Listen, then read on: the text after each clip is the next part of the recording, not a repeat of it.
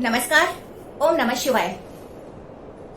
आज हम शिव पुराण में वर्णित भगवान शिव के अर्धनारीश्वर स्वरूप का वर्णन करेंगे। शिव पुराण की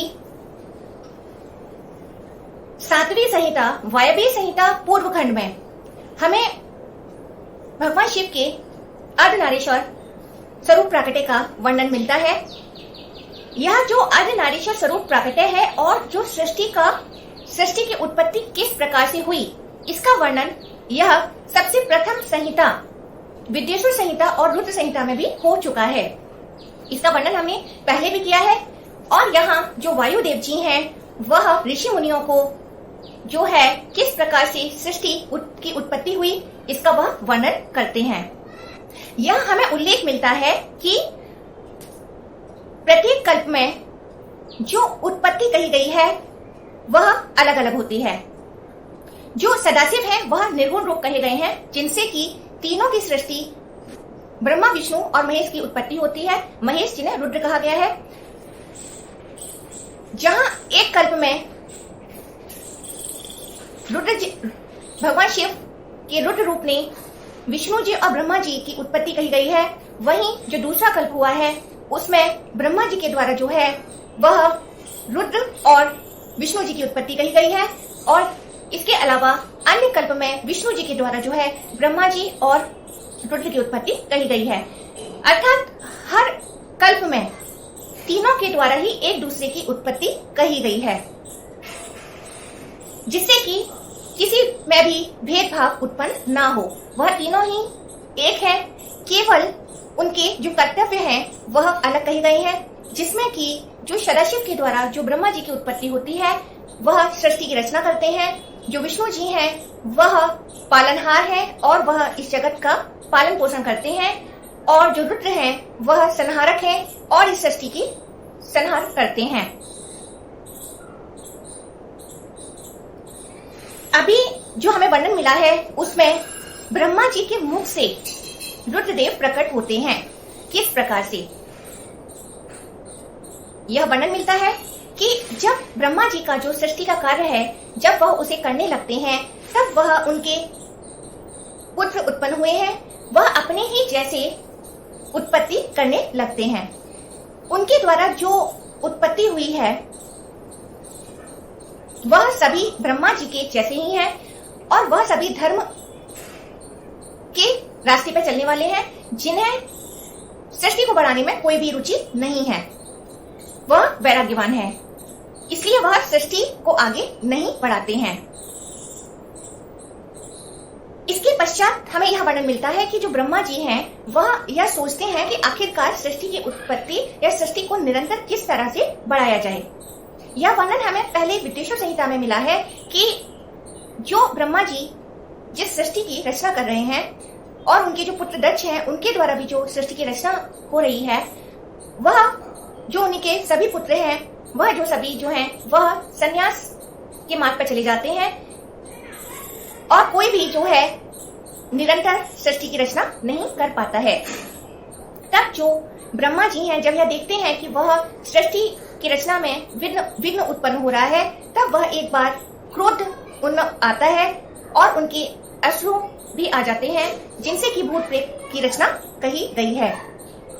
और वह क्रोध के मारे, क्रोध के कारण से वह मूर्छित हो जाते हैं। और जब वह मूर्छित हो जाते हैं तब जो है उनके मुख से रुद्रदेव का प्राकट्य हुआ है, जहां 11 रुद्र जो हैं वह प्रकट हुए हैं। और जो महेश्वर हैं, जो सदाशिव हैं, वह कहते हैं उन पुत्रों से कि तुम्हें ब्रह्मा जी की सहायता करनी चाहिए। जो रुद्र उत्पन्न हुए हैं वह रोने लगते हैं और चारों तरफ दौड़ने लगते हैं।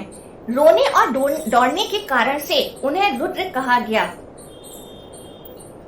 और फिर महेश्वर की कृपा से जो ब्रह्मा जी हैं उनके जो मूर्छित हुए हैं, उनके जो प्राणों पर जो आघात आया है वह वापस से उनके प्राण लौटते हैं। वह पुनः जो है जीवित हो जाते हैं। तब जो है वह अपने सामने जब उन रुद्रदेव को देखते हैं तब वह पूछते हैं कि आप कौन हैं, और ऐसा लगता है कि आप जो हैं परमात्मा के ही स्वरूप हैं। तब जो रुद्रदेव हैं वह कहते हैं कि वह परमात्मा है और वह उनकी सृष्टि की रचना में सहायता हेतु यहाँ प्रकट हुए हैं, उनके पुत्र रूप में प्रकट हुए हैं। ब्रह्मा जी जो है उन रुद्रदेव की स्तुति करते हैं। इसके पश्चात हमें यह वर्णन मिला है कि ब्रह्मा जी की जो सृष्टि जब वह निरंतर आगे नहीं बढ़ती है, तब वह मैथुनी सृष्टि की रचना के लिए वह शिव जी की तपस्या करते हैं। ब्रह्मा जी के घोर तपस्या करने के पश्चात जो शिव जी हैं वह प्रसन्न होते हैं और वह ब्रह्मा जी के समक्ष अर्धनारीश्वर स्वरूप में पहुंचते हैं। अर्धनारीश्वर स्वरूप जिनका जो आधा भाग है वह पुरुष रूप है और जो उनका आधा भाग है वह स्त्री रूप है। इस रूप में वह ब्रह्मा जी के समक्ष आते हैं। ब्रह्मा जी जब जगत जननी और जगत पिता दोनों को ही देखते हैं तब वह उनकी स्तुति करते हैं और इसके पश्चात जो अर्धनारीश्वर स्वरूप है उनमें से जो अंबिका देवी हैं वह वहां से अलग होती हैं। ब्रह्मा जी क्योंकि उनसे यह प्रार्थना करते हैं कि हे जगत जननी, मेरे सृष्टि कार्य में नारी रूप का जो प्रादुर्भाव है वह अभी नहीं हुआ है, जो कि केवल आपके द्वारा ही संभव है। तो आप जो हैं मेरे इस सृष्टि रचना में मेरी सहायता करें। और सहायता के रूप में ब्रह्मा जी ऐसी प्रार्थना करते हैं और वह यह भी प्रार्थना करते हैं अंबिका देवी से कि वह उनके पुत्र दक्ष की पुत्री भी बने। तब जो है इसके पश्चात हमें यह पहले वर्णन मिला है कि जो अंबिका देवी हैं वह अपने भूमध्य से दोनों भ्रकुटियों के मध्य से शक्ति उत्पन्न करती हैं और वह उन्हें ब्रह्मा जी को वह शक्ति प्रदान करती हैं जिससे नारी का प्रादुर्भाव हो सके। और इसके बाद जो है ब्रह्मा जी का जो शरीर है वह भी दो रूपों में विभक्त हो जाता है, आधा पुरुष और आधा स्त्री, जिससे कि जो मनु और सतरूपा का प्रकटय कहा गया है। और फिर इसके पश्चात दक्ष के तपस्या करने के बाद जो है जो अंबिका देवी हैं वह दक्ष की पुत्री भी होती हैं। और हमें इस अर्धनारीश्वर स्वरूप प्राकट्य के अलावा जो एक और वर्णन मिला है कि ब्रह्मा जी ने अपने ही शरीर से किस प्रकार से जो है सभी की उत्पत्ति की है।